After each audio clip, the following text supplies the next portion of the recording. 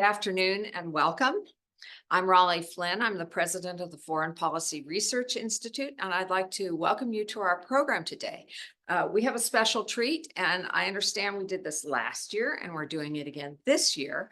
And this is the Eisenhower Series College Program, which is a U.S. Army War College outreach program that brings men and women of our armed forces here to talk about their actually ground level experiences and how it connects to international affairs. And today we're going to be talking about the Indo-Pacific.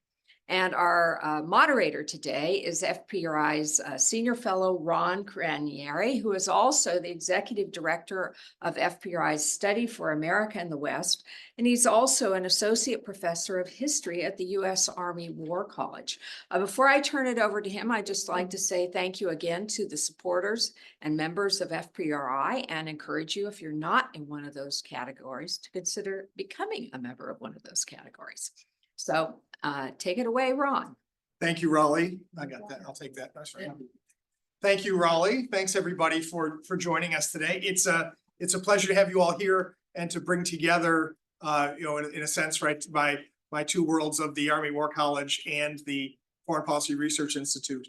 So the United States Army War College, which was founded in Washington in 1901, but is now based in Carlisle, Pennsylvania, aims, in the words of Secretary of War Elihu Root, who founded it, quote, not to promote war, but to preserve peace by intelligent and adequate preparation to repel aggression.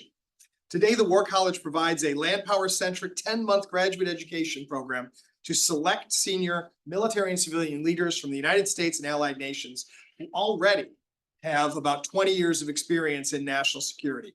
Their diverse courses of study help prepare them for the next level of responsibilities as senior leaders within our armed forces, national bureaucracies of the United States, and our allies and partners.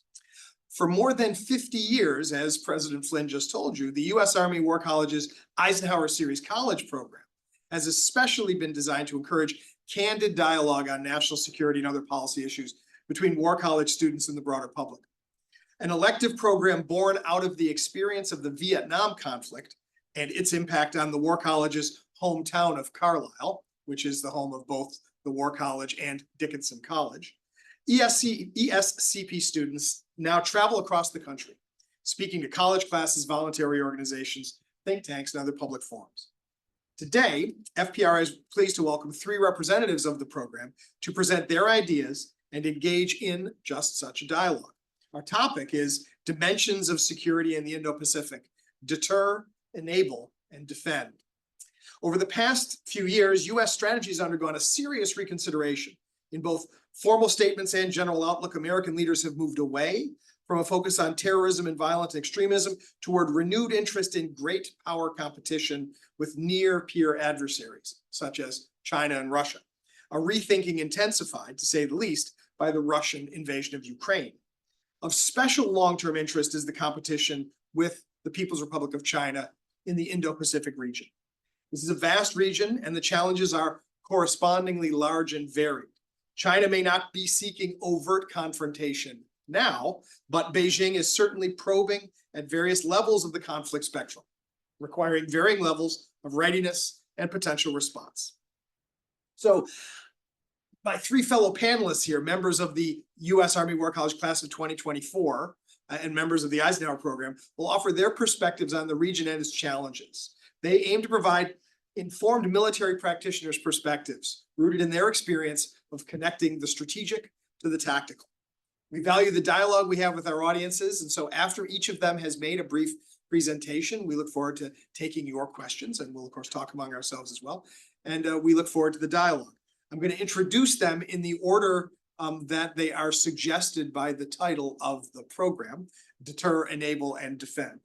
But before I do, I will also issue the all-important disclaimer, and that is I want to assure all of you that you understand that the opinions expressed by anybody sitting up here in the front of the room are our own, and they do not necessarily represent the official position of the U.S. Army, the Army War College, or the Department of Defense. So with that in mind, deter, enable, defend. Deter. Lieutenant Colonel Matt Taylor is an Air Force Special Operations pilot, primarily flying the MC-130J aircraft. And he has a bachelor's degree in political science and a master's degree in international relations. Lieutenant Colonel Taylor has spent 12 years of his 18-year career overseas, planning and executing special operations missions in hostile and politically sensitive environments in Asia, the Middle East, Africa, and Europe.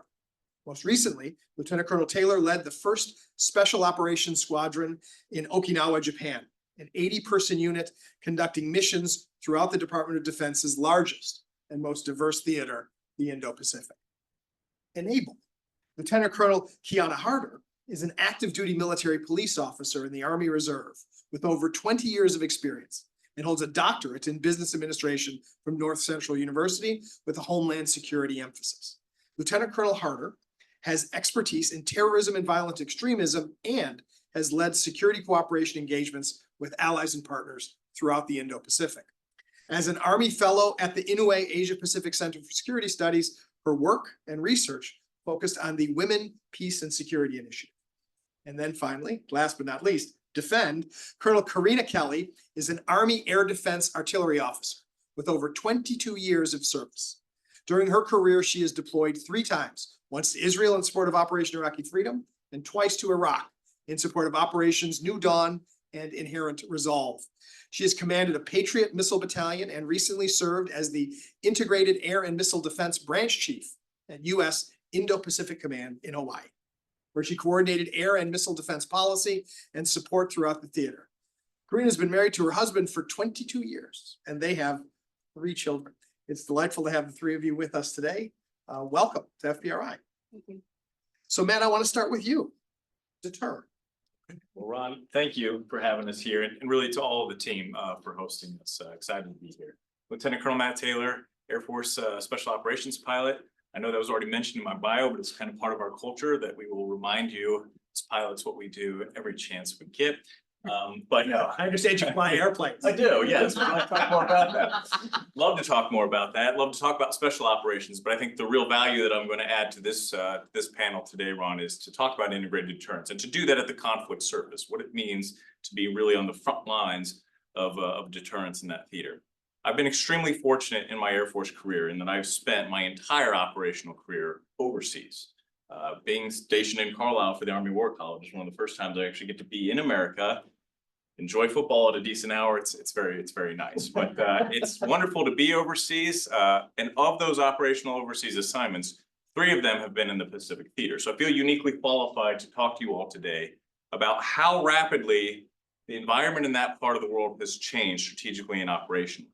Because I can remember my first assignment being assigned to Japan and flying over the South China Sea in 2008 and doing it as anybody would have done at the time, completely unmolested.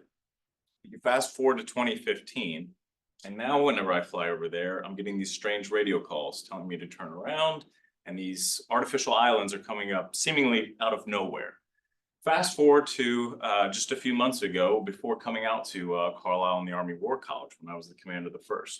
Now every time we fly in this international airspace over the global commons, we're greeted by the world's worst welcome party, Chinese fighter jets threatening you with consequences.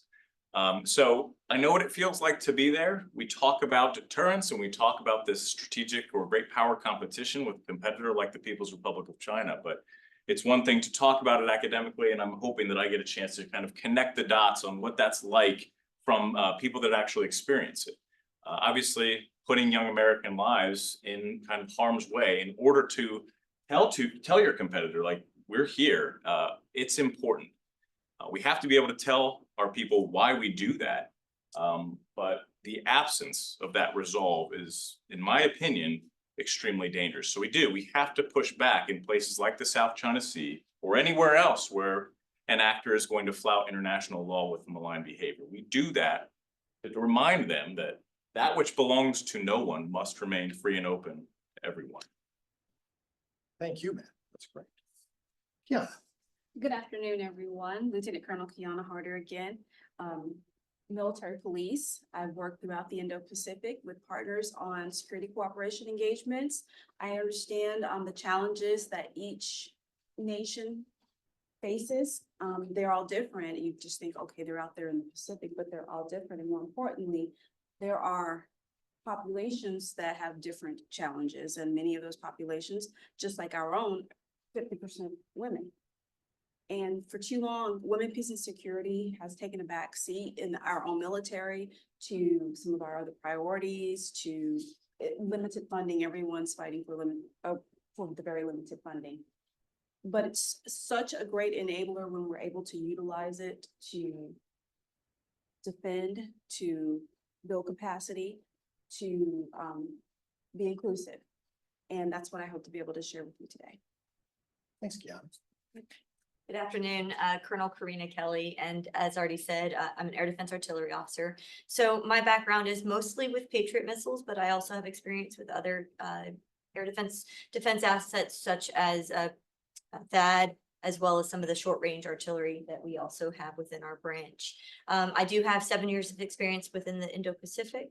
As a battalion S3 operations officer, I was in charge of all the operations for an air defense battalion in Korea. And that was in 2017 as launches started to increase and had now become more the normal pace that with which we see launches from North Korea. And then as said, my last assignment was in Indo-Pacific Command, and I was the Integrated Air and Missile Defense Branch Chief. And while there, I was responsible for anything that occurred in the AOR, all the way from the west coast of California, all the way through to India. And so anytime there's a launch, for example, the hypersonic that was launched from China the summer of 2021 that circumnavigated the entire globe, I was in the operations center with our combatant commander, who was speaking to the Secretary of Defense and trying to figure out what was going on. And that was within my purview.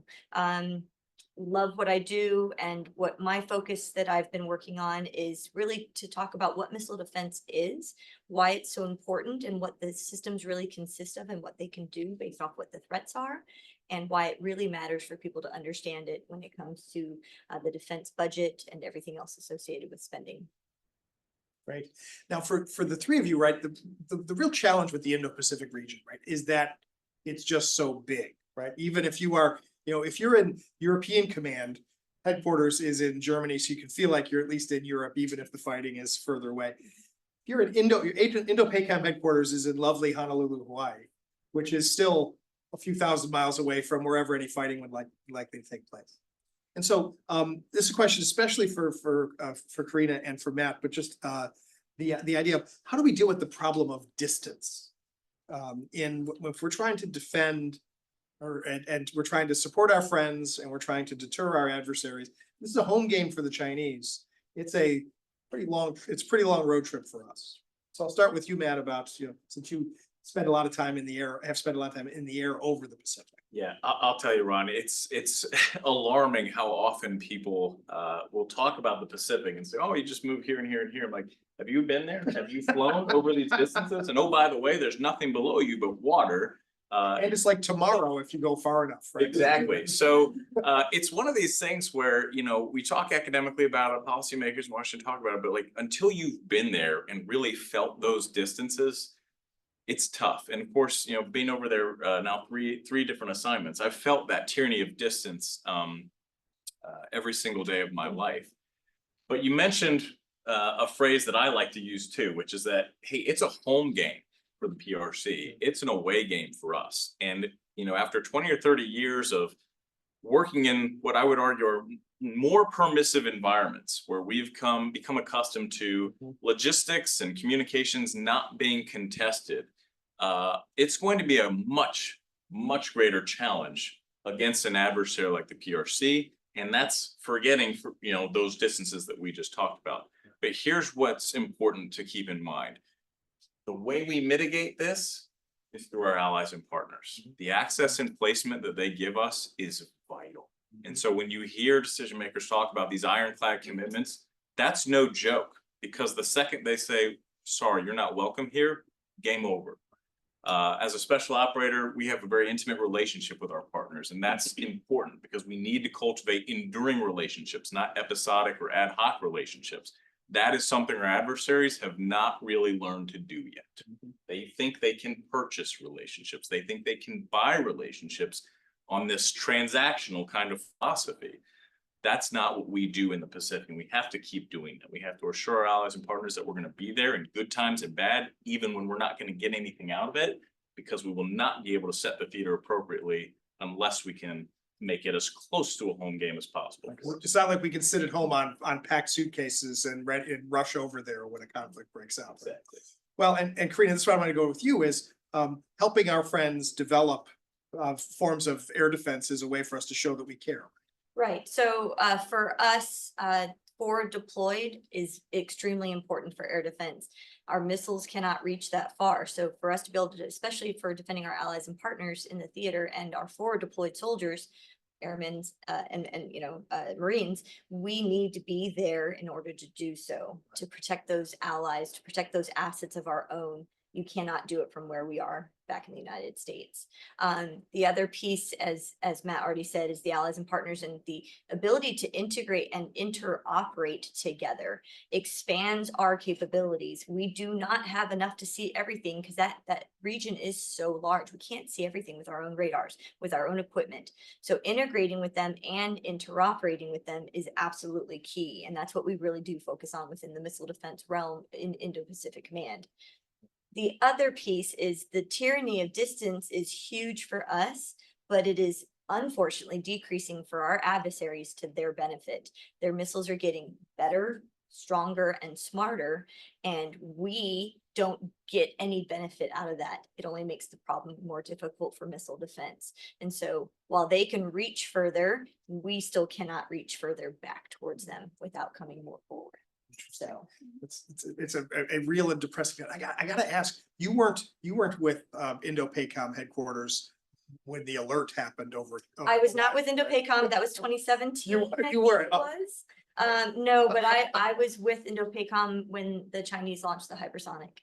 You were, which is plenty exciting enough, I'm sure.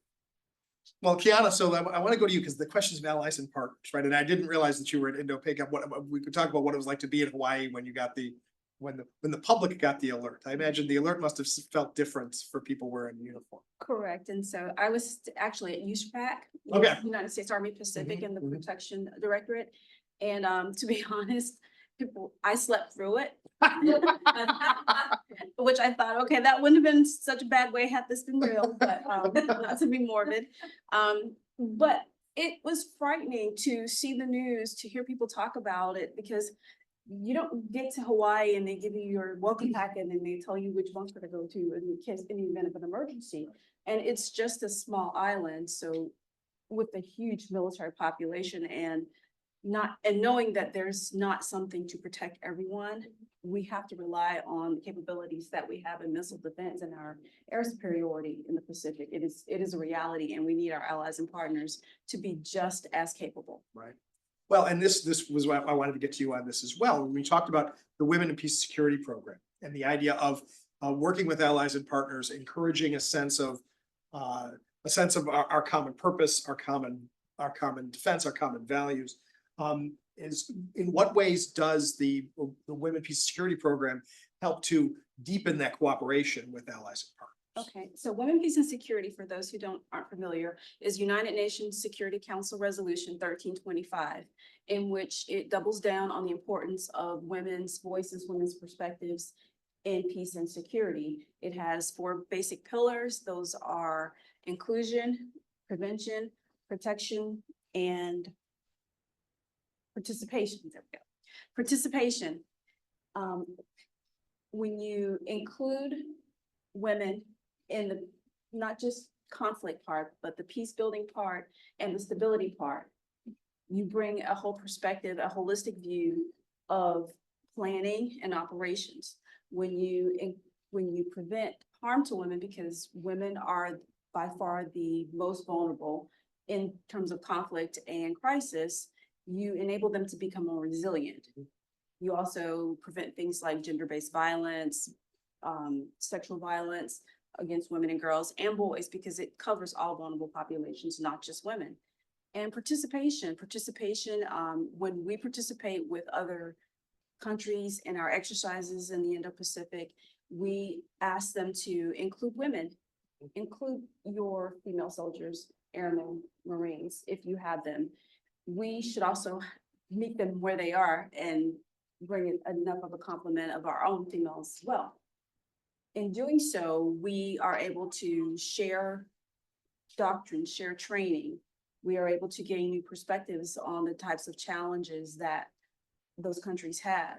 Because in some countries in the Indo-Pacific, their religion might be Islamic. They're not taught to swim. They wear a lot of clothes in a flood, and many of them, like Indonesia, are disaster prone to tsunamis and hurricanes.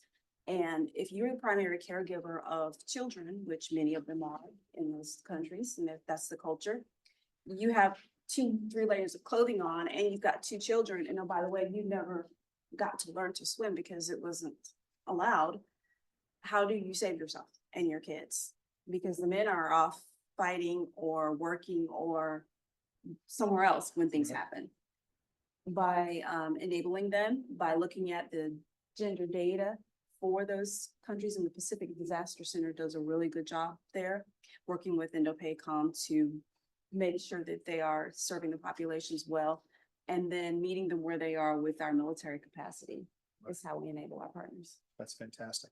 So questions are already starting to come in from the online audience. Encourage the audience here as well. I want to ask this question from Charles Burhan. I want to turn to you, Matt. You know, you let us all know that you're a pilot, which is required. I understand. Another reminder, I'm happy. That's right, I said it. But that one of the challenges, of course, with dealing with the airspace is, you know, believe it or not, right, there are things that don't have pilots on them, and drones. And so Charles Burhan wants to know is, how are we thinking about drone swarms, both to deter our enemies, but also what role do they play? You know, how do we plan to defend against them? How do we plan to use drones in any conflict over these long ocean ranges? Copy. No, that's an outstanding question, and one that I hope, Charles, if you're out there, you don't forget and you keep following up on this, because as we look at the Pacific theater or an adversary that is much more capable than what we've been used to dealing with in the past 20 or 30 years, that is catching up in some of the, you know, the technologies that we have maybe taken for granted or have given us kind of this disparity in military capability. Drones and drone swarms are going to be a huge part of that. Obviously, our enemies have gone to school on us. They've seen how we have successfully utilized drone technology in our own operations. We can now look to the war in Ukraine and see some success with the off-the-shelf kind of drones. And quite honestly, countering those technologies continues to be extremely challenging. So I would argue this is going to become more important, but they're going to look a little bit different in the future. Drones are probably going to become smaller, more voluminous in their quantity, and they're probably going to be delivered a little bit differently. Take, for example, our bomber fleet. You know, maybe they're not just dropping bombs anymore. Maybe they're actually dropping a swarm because they're able to get somewhere. They have the long legs, the distances we talked about previously, or perhaps they have a low visibility capability, but then allows them to get a drone swarm into the territories. And the other thing I would say from an Air Force perspective that we're working on is, how do we now team up some of these unmanned technologies with our manned systems so that they can work symbiotically in a conflict scenario? Because that's going to be a force multiplier and something that could easily or potentially easily overwhelm the adversary who's used to maybe firing one missile at one target. Not going to be able to do that in the future. Right. Well, and of course, that makes me turn down to you, Karina, right? Is that the terminology is a funny thing here, right? Because, you know, what's the difference between a drone and a guided missile, right? It's like, we know there is a difference between them, but we're in both cases where we're talking about, you know, weapon systems that are aimed at a target which are different from an artillery shell, which are different from a manned aircraft that's going to be dropping bombs. And how does missile defense, which has one word in its title but means more than that, right? How does missile defense think about these different kinds of enemy agents in the air? So we've been tackling the drone concern for years. We started to really see an uptick in that during my deployment in 2020 when we went to Al Assad in response to the Soleimani attack, and the attack on those air bases out there. The problem that we're dealing with is we have this multi-million-dollar missile that maybe can engage a drone, depending on if it's large enough or not. Are we going to spend that much money on a missile that or a drone that costs something that you can buy off the shelf. That's a challenge. Few $100s that happens to be, loaded with ammunition or some sort of armament that, can take out a Patriot radar that completely annihilates the ability to, protect that asset now. And so part of my research, separate from this program is my future position is involving directed energy and high powered microwaves. So we're looking at alternative options for defense so that we can at least equal that, sort of balance, trying to balance out the threat versus the capability. But what we've also had to do is we've been very, kind of autonomous when we defend our assets.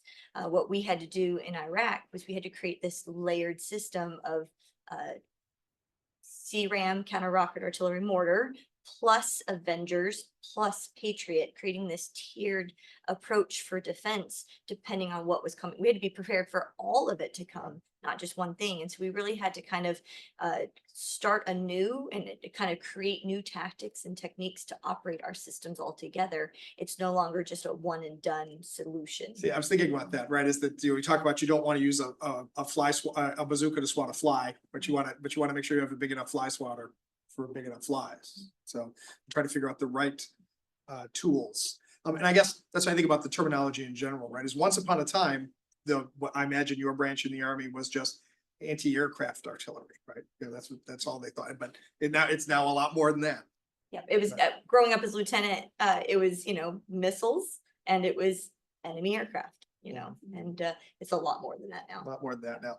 So Ambassador Charles Ray, one of an important member of the FPRI community, has a question for all of you about when you serve in Indo-Pacific, when you serve in any of these units that are overseas, is how, if at all, do you coordinate military plans and operations with the various diplomatic missions in the region? Or how do you communicate both with the allies and partners themselves, but also with our foreign service officers who are dealing with, if we're there to assure our allies and deter and encourage and engage, what's been your experience in dealing with those different levels of engagement? I'll start with you, Karina. So within Indo-Pacific Command, our commander was very active. I mean, he was hardly home because he was out and engaging with all those nations within the Pacific and creating those relationships, messaging what our plans were and our strategies were so that that assurance was there with our partners and allies.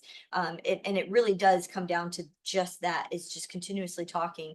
Within missile defense specifically, we created all sorts of different avenues to bring our allies and partners together. We did integrated air missile defense forums. We did tabletop exercises. We were bringing in countries that we are very strongly allied and partnered with, some that maybe have a warm status of a relationship, and some we don't really talk to that much, but they're interested. And so sometimes they were individual, sometimes they were multilateral, and we would bring people together and just start bringing the operators at the very lowest level together and saying, this is what we do, because a lot of the equipment we share through FMS. And so bringing Foreign military sales. Yes, through foreign military sales, so we could talk to them and say, well, this is how we make it work. And they would share their tactics because everybody uses the equipment a little bit different. Sure. What's it like being stationed in Okinawa? Ooh, well, I'll tell you this, it's changed a little bit from the first time I was over there to now. It is still a beautiful tropical island, and I highly encourage you visit it. But is it also now well within striking distance of an adversary that makes very threatening remarks and does malign behavior in the region? That is also true. And so whereas I would say, a decade, 2 decades ago, oh man, you're going to Kadena, you're going to Okinawa, what a great deal. That's still very much a great deal in my opinion. But now it's more like you're going to be busy. You're not just going to go over there and it's going to be the flying club, or you're just going to work with allies and partners on exercises and then go back for a couple weeks. Like, those things matter a hell of a lot more now than they ever did. And so still an absolutely amazing place to visit, to live. The people are amazing. I couldn't say enough good things about it. Interesting, because this goes for you, Kiana. So you're military policeman, correct? So what's it like, and what are the special challenges of developing sort of security relationships between American service people overseas and the local communities? So a lot of it is, what we would call jurisdictional. Mm. Certain countries don't necessarily have a military police.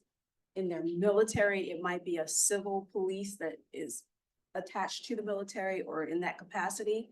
And we have a very strong diplomatic rules on how we engage them. Mhm. And with what capabilities we can work with them on. And sometimes we need that diplomatic third party to help bring us together, us Yeah. all together, Yeah. to integrate it. I can think of the Philippine National Police when they want to learn things about our military working dogs. India, they're both national police and we are not national. We're military police for the military. But the beauty of working at the Asia Pacific Center, and that's a DoD regional center, very few of the courses that they offer there, the time that I was there, are geared towards military members. That is mostly mid to senior grade people in ministries of defense or other ministries within their countries. We have one Asia Pacific orientation class that is where we see most of our fellow US service members. The rest of the time, we're dealing with civilians from other countries. Interesting. So I do think about that, right, as the entire police setup in a country where they're used to having a national police force that's responds directly to the Minister of the Interior is different from our federalized experience. And certainly, you know, when you're a military policeman, it's like, I'm not here to police It's- America. it's- I'm here just to police these military units, right? And Right, this- so we have to listen to them and understand where their needs are, and sometimes we can impact them with their doctrine. Mhm. We can impact them with humanitarian assistance and disaster relief. And that's a way to work with them Sure. when the relationships matter. Sure, I can definitely see that, right? Because once again, right, you have to be there and have the relationships. You can't wait until a crisis happens and then say, hey, nice to meet you. I'm Kiana, I work here too. That doesn't work that way. Right. Very good. Any questions in the audience here? I got another question from the online group, and that is Maximilian Meridian is asking, this is for all of you, is what do you think is the most important step the United States needs to take for the Indo-Pacific to become more of a home game instead of an away game? Or is there anything we can do, and what would be first on your list if you were sink Indo-PACOM? All right, I'll answer this because obviously I'm very close to this, I'm very passionate about it. I mentioned kind of a few moments ago how, I don't want to say complacent, but how we have gotten used to operating out of big bases and permissive environments. That's not what the next fight could look like, okay? And so we as a joint force have got to become very comfortable with disaggregating and then being able to converge at points for maximum effect if we're ever going into a conflict with an adversary. But like I said at the beginning, you simply cannot do that unless you have that constellation of allies and partners who are providing that access and placement to make it more of a home game. The Indo-Pacific theater is more challenging because while we have 5 treaty allies in theater, there's a lot more countries than 5 out there. And while we're very friendly with Check your map, all of them, everybody. exactly. Not only is there a lot of distance, the diversity in both quantity and the demographics and cultures out there is just staggering. And so to try to make those relationships positive ones where allies and partners that are non-allies will allow you to utilize their airspace, pre-position equipment, do any of that stuff is incredibly important. There is in that theater a little bit of strategic ambivalence, and it's completely understandable. Logically speaking, it's completely understandable for many partners that haven't necessarily gone one way or the other to say, hey, don't make us choose. Our economy is dependent on your competitor, but we like you too. And so how do you then compete with the competitor? Well, you have to be okay with that. And you have to continue to reinforce that narrative that that's fine. We understand your economic situation, but the partner of choice and the force for good that's going to be there shoulder to shoulder with you when the stuff hits the fan is going to be us. And we just have to keep doing it. Great. I want to ask you, related to this also was the idea of which weapon systems we can or should or have used, especially to say, this is why we care, South Korea. This is why we've delivered you bad, for example. So Before I answer Right, that, please. I want to agree with the allies and partners, specifically when you ask someone from the missile defense realm. Yeah. We need more radars. We need to see more. Yeah. It is such a huge AOR. Right now, a missile launched from North Korea can reach the homeland in less than 20 minutes. And in those 20 minutes, we do not have 20 minutes to engage that threat. We have less than 20 minutes to engage it. We need to be able to see it earlier, faster, to be able to engage it better. And so we need radars, and that's where we're really relying on those allies and partners and those relationships we're building with other nations to expand our network of radars so we can see more, so we can engage faster and earlier in that flight of that missile that may be headed towards Guam or the homeland pure or proper from California and east from there. So that's really the need, is we just need these allies and partners. THAAD was in place in North Korea, or excuse me, in South Korea at a request from South Korea because of threat from North Korea. Right. It unfortunately created some issues with China, Mhm. believing that it had something to do with them, and it did not. I mean, it's not even facing China, but the provocation of it just being there created very much, political issues within the own country, and we've had to deal with that. It also caused backlash with other planned systems to go into other countries, seeing how much of an effect it took from China being upset for putting that in South Korea, that other nations were like, well, I know you planned on putting this thing here, but there was a lot of problems with that, so let's not do this here anymore. And we've been still dealing with that, and it impacts the future plans that we had. And so putting that in Korea, it was necessary, but it did have a lot of impact. It's a challenge. I should say, in my job as moderator, right? Theater high altitude air defense, right? Special missiles dealing with anti-missile missiles, essentially to deal with the possibility of missiles from North Korea. Correct. But this gets to the question, and I'll ask you this, right? I'm the oldest person on this panel. And I remember being a kid, not a kid, but let's just spare me that harmless fantasy. During the Reagan administration, the initial discussions about missile defense and the question of whether missile defense is itself provocative because of the way, like, wait a second, if you're building a shield, does that mean you're planning a first strike? Was the big discussion. And so this gets to a larger question of how do we, because we're talking about prepositioning forces, right? We're talking about building radars, we're talking about establishing bases, right? And we're saying this is necessary, sort of a defensive action to be prepared in the event of a crisis. And somebody who lives there says, well, wait a second, it looks to me like Uncle Sam is pushing military forces and setting them right on my front door. And so how do we deal with, with what the IR theorists would call the security dilemma problem of what can we do to make ourselves and our allies feel safer without provoking our adversaries into thinking that we are, we're planning something nefarious. I'm going to start with you, Karina, because missile defense is on my mind. It is. It's a tough situation because anytime you place an air defense piece of equipment somewhere, it has a capability to defend things. Yes. It is not an offensive capability, but it's still provocative in such a way that there's a belief that it could do more.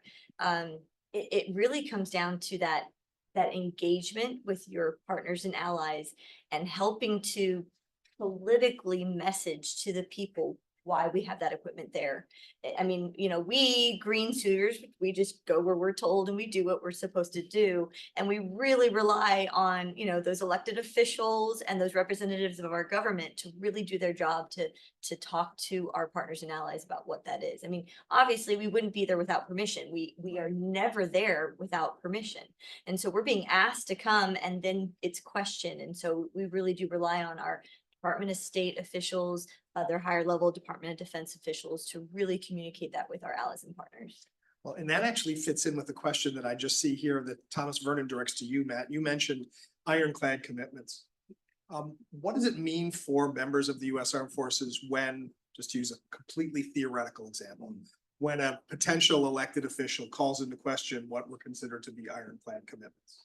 How do we, and what is the proper role of the military in talking about this? I mean, forget talking about the public, but I mean, talking with our allies and partners.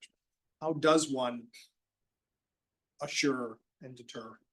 I was waiting for that question, so See? I'll It take took, it. it took almost 40 minutes. No, I was waiting for this question because, yeah, I will give a full-throated ironclad commitment to any of my allies and partners. Because I'm covered already by the highest levels of having treaty alliances. I don't have to worry about, am I taking a provocative or a controversial stance? No, we have all these commitments already, and we've had them for decades, and they should continue. So obviously, it is our job as professional servicemen and women to ensure that the profession remains the nonpartisan institution that the American people deserve.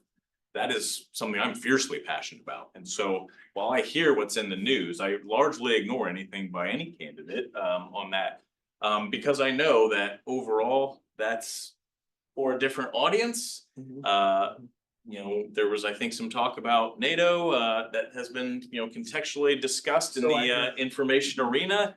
And you say, oh my goodness, well, first of all, things like that require, Senate approval now. That was brought into law very recently. And so bringing it down to kind of the service person level, though, is I talked to you all about the intimacy that we have with our allies and partners. Let me give you an example of what I mean here. In 2015 or 16, when the president of the Philippines changed over to a more controversial figure, let's say, what was the magic, the secret sauce, if you will, that allowed us to maintain that enduring relationship with a extremely strategic partner in the region, in the Philippines? A lot of it was the military to military engagement. For decades, we have been working with the Philippines, helping them with countering violent extremists, helping them in humanitarian assistance and disaster relief, transnational crime, illegal, unregulated, and unmonitored fishing. These are things that are, first of all, non-provocative against our adversary, the PRC, but also extremely helpful to the Philippines. So while you have at those top levels a lot of maybe controversial statements, and it seems like the political leadership is making things, I would say that below that, there are some non-political, nonpartisan institutions that will allow the grand strategies of both of those countries who have intersecting values and interests to continue. I hope that answers your question. It does actually. Well, and it gets to a question for all three of you as students at the Army War College, right? Is your experience with the International Fellows Program, right? So there's, in the resident program, right, there's 380 students. About 80 of them are international fellows, so officers of similar rank from allies and partners. And what's it been like for you as students dealing with, meeting your IF, as we call them, IF colleagues? How's that work? Karina, you looking at? So I have, within my seminar, I have 3 IFs, International Fellows. One is from Bulgaria, one is from Jordan, and the other is from the Philippines. The gentleman from Bulgaria, he and I were in the same small group at CGSC back from 2013 to 2014. Command and General Staff College. Command and General Staff College at Fort Leavenworth. And so we spent a year together then, and we have stayed in touch since over Facebook and social media. And the fact that we were in the same small group again, and it was amazing. Our Jordan counterparts, while I was deployed during my battalion command, I had a unit that was deployed in Jordan. Two batteries of mine that were there. And so the connections that you have, I never met him before, but just the connections of that, I mean, it speaks volumes to our partnerships that we have all around the world. And I think it's one of the most rewarding aspects of the War College experience. That is, I mean, that's an amazing lucky break, right? Yeah. So 2 out of 3, there are people, Karina or Kiana, what do you think about this? I echo Karina's comments, just from the experience of the fellows, the foreign fellows at the Asia-Pacific Center, still contacts I have today. We have someone from the National Guard from the Virgin Islands, which I consider another foreign fellow because he has to travel far to come to the War College. We have a fellow from Qatar, and we have a fellow from Zambia. And 2 places that I'm not very familiar with either of those areas of the world to a great degree. So when they speak, I listen. Right. They offer perspectives that we just can't have. We cannot learn. We understand what their military is like. The best things that we hear is when they say, if I were someone in the United States military, here's what I would focus on. We listen. And that's the one part of that. Well, that's a very good point. Matt, what about So you? I have a Tunisian officer, an officer from Georgia, and a Dutch officer, who all have extremely different perspectives. Timo, our Georgian officer, is just constantly reminding us that we would really like to be part of NATO. Timo, we're trying, brother. We're doing everything we can, man. But you Off know, the record. it's not just the fellows in our classes, but we also in the Eisenhower program, we have an Indian officer. And I will tell you that as a brigadier general, he and I actually don't agree on everything. And that's okay. And that's actually the value of all of this, is that he has a very different perspective on great power competition that is not necessarily congruent with the way I see it as an American. You know, I want him to have this full-throated, I'm with you, Matt, on the China thing.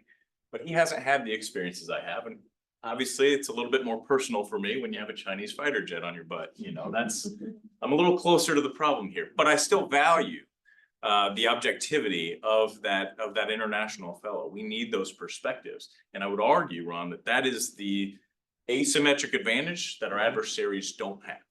People like Vladimir Putin, who are shouting into an echo chamber, that don't have to listen to anybody else, that are not getting those varying perspectives. That's the reason that they're going to be playing for second, in my opinion. Sure, I mean, it's the idea of having allies and partners is different than having satraps and clients. And I guess that's this is there's a couple more questions I have here from online. One is I want to ask, because we have the Army and the Air Force represented here. We don't have the Navy here, but Gerald Sieber does ask, what role does the U.S. Navy play in all this? I mean, outside of the Army, because there's the Navy is they're the folks who give you a ride to the battle.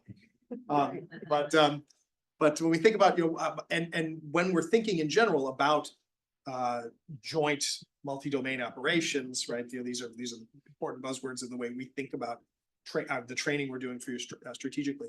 But what role does we'll start with you, Karina, because I'm thinking about the Navy spends a lot of time thinking about Chinese missiles.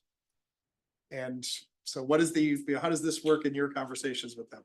So as we look at the first and second island chains and the range that China specifically has in their missiles, we can no longer do what we thought we could do, and we can no longer get in as close as we thought we should be able to in order for something to happen. Yep. Say, for example, something going on in Taiwan, an invasion occurring there. A2AD, anti-access aerial denial, they have, I have to practice saying that, so I don't just say the acronym.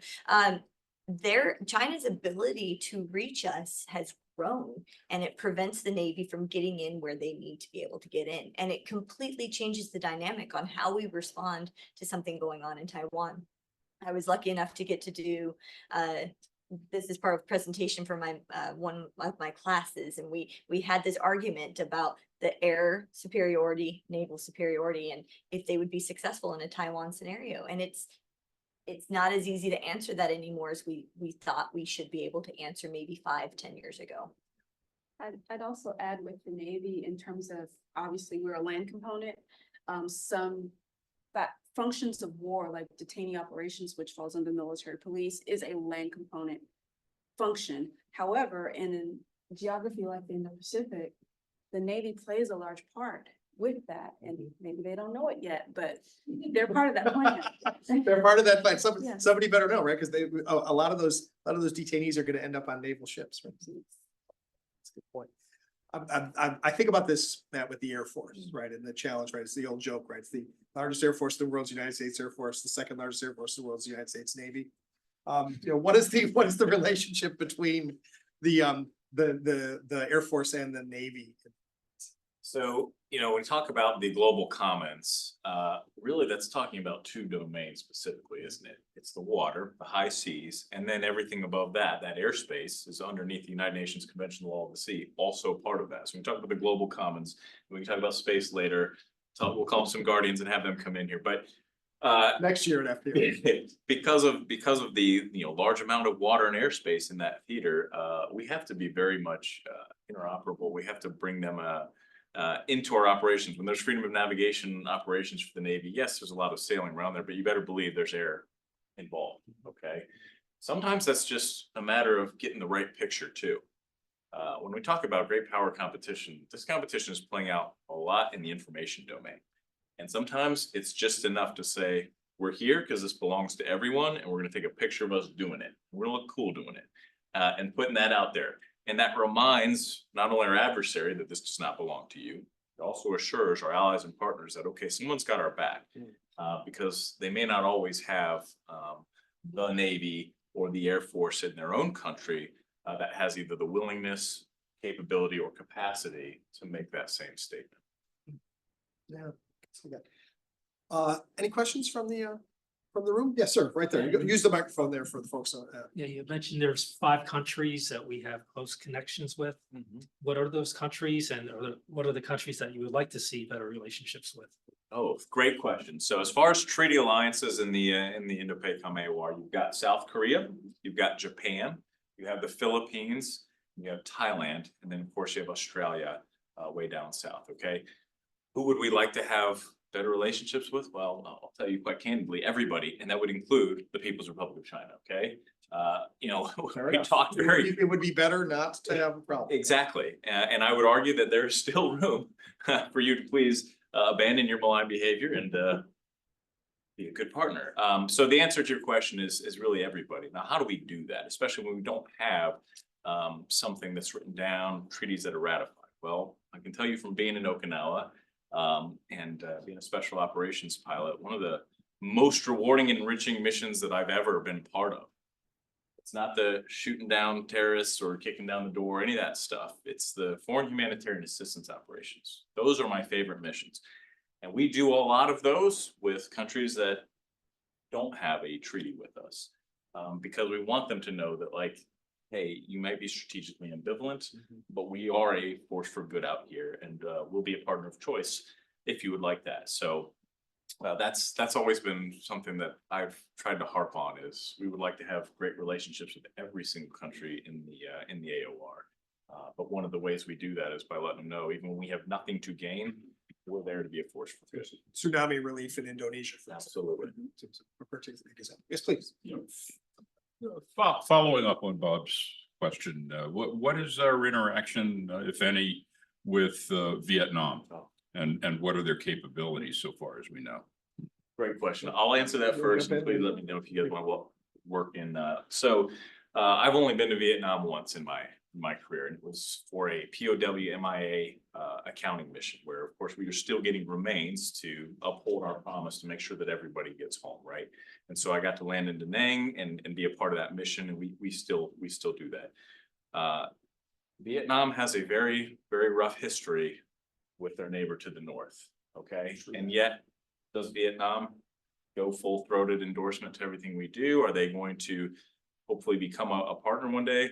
That remains to be seen, but their reticence is largely because of A, the economic dependency they have, but B, their afraid of a physical reaction. If you look at the history of Vietnam, like, they have had people actually die. Blood has been spilled from that neighbor who has done that malign behavior. And so, increasing the relationship is going to be important. Finding other ways of getting some interactions with their military is going to be important. We're not always going to be able to do that through a POW MIA accounting mission.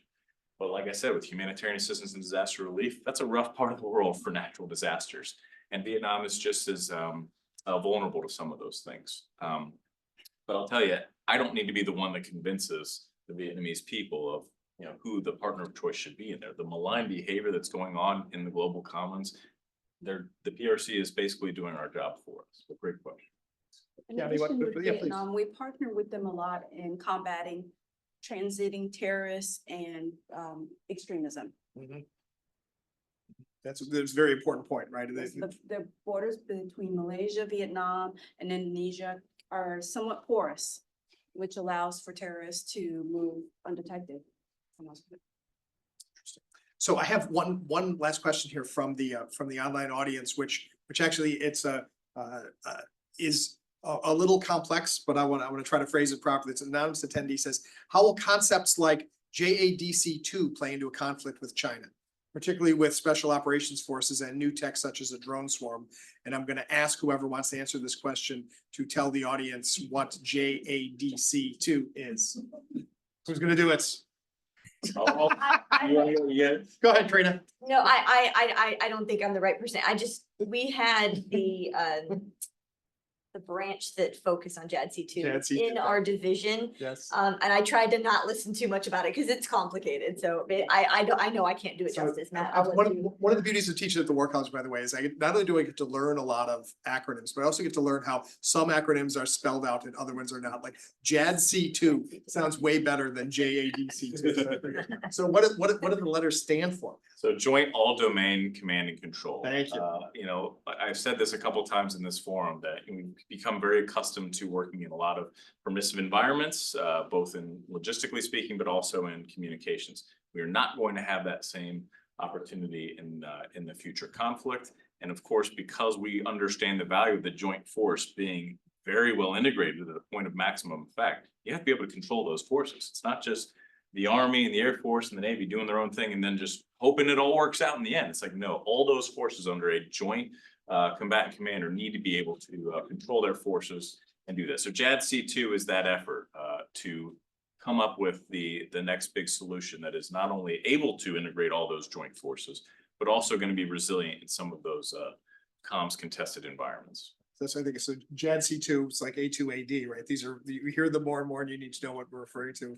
Anti-access area denial, joint all domain command and control. Good to know, good to know. We were just about out of time. I just have a couple minutes left.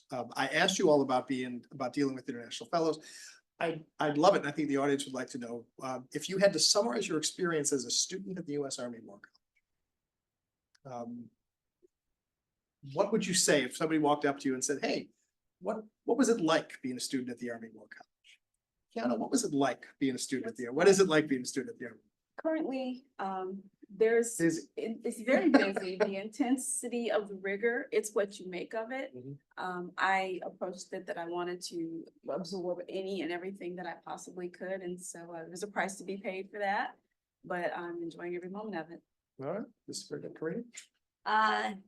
Similar, you know, getting to talk to others outside of missile defense and getting to hear their stories. I mean, I have a US aid civilian in my class, and I have a Space Force civilian Air Force reservist in my class, and getting to see the different perspectives from everybody. It's just been really neat. And I mean, we do joint work all the time. I came out of a joint headquarters, but just to actually have these conversations, less inputting from the instructors and more sharing amongst the students is really the great thing about the year. I mean, I looked at it as I get to spend this year with my family and dedicate not just time with them outside of the school day, but also within the classroom, kind of dedicate that time to myself and making myself a better, more understanding person amongst any topic that we end up talking about. And our topics range from the most off the wall things to the things that are, you know, currently happening in the news. Yes. Well, it's good enough just to be in my own country again, quite honestly. There's I like something to be said that for American, that, right? But also to be wearing the blue suit in the Army War College and being reminded that you're really Army Air Force. Don't quit saying Air Force, right? I managed to go 28 minutes or 58 minutes before somebody said that. There you go. You know what's gonna happen. I love every minute of it, but quite honestly, I was already very motivated during my command tours. Like, I like this a lot and I want to keep serving. And so that's how I left command. And I really thought, you know, man, nothing's gonna be better than this. I'm transitioning to War College. I'm gonna take a knee. I'm gonna be down away from ops for a while. Honestly, the War College has only reinvigorated me further, that I'm looking forward to taking what we've learned here, the engagements we've had, the networking we have with our joint partners, and then finding a way to apply that usefully, whether that's in the building or out into different combatant commands. You know, they say, you know, it's time to hang this up when it stops being fun. And I'm just having too much fun. This is very good. And the audience should know that for the students at the Army War College, right, the Regional Studies program is coming to a close this week. The students are also taking military strategy and campaigning and defense management. And we're going to wrap up the spring quarter with the first iteration of the China integrated course, which is a 10-lesson course specifically on dealing with the People's Republic, which will include four full days devoted to a war game dealing with the possibilities of the Pacific overmatch. there's a lot going on, but we're delighted that you were able to take the time to come and join us here today at FPRI. Thank you, Colonel Karina Kelly, Lieutenant Colonel Kiana Harder, Lieutenant Colonel Matt Taylor. Thanks so much for being here at FPRI. to talk about this. And thanks for all of you for listening in. Please, I'm going to echo what the president said. If you enjoyed what you saw today, tell a friend, bring a friend next time. If you consider becoming an ally or partner, I should say. I like Consider becoming a member, partner, ally, supporter of FPRI, because we want to be able to put on as many programs like this as possible. We can only do it if you support us. But check out our website, fpri.org, follow us on Facebook, on Twitter, and we look forward to inviting you to seeing you at the next such program in FPRI. But until next time, for everybody at FPRI, I'm Ron Graneri. Thanks for joining us.